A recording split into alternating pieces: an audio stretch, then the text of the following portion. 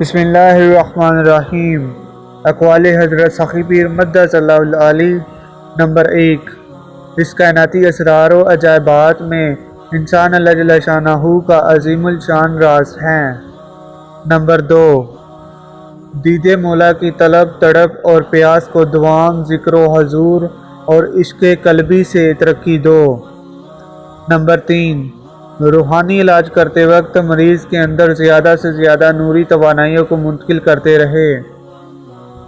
Number 4، روحانی علاج کرتے وقت یہ سوچ ذہن میں پختہ رکھے کہ مریض سے شفا یاب ہو رہا ہے۔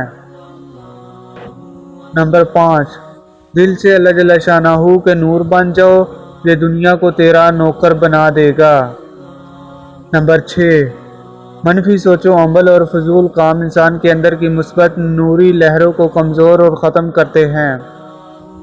نمبر 7، رضائے مولا چاہتے ہو تو اپنی غیر مرئی لطیف نورانی انرجی کو اللہ جل شانہ کے پروگراموں مشن پر صرف کر دو۔ نمبر 8، جتنے لطائف زیادہ بیدار ہو اتنی شفائی نوری طاقت بڑھ جاتی ہے۔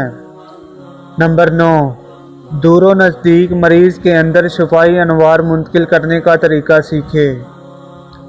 نمبر 10، نظام مصطفیٰ صلی اللہ علیہ وآلہ وسلم انصاف، صحت، تعلیم اور روزگار کو ہر شہری کی دہلیز تک پہنچاتا ہے۔ نمبر 11، اگر تم سچے ہو تو اللہ جل شانہ کا عملی بندہ بن کے دکھاؤ۔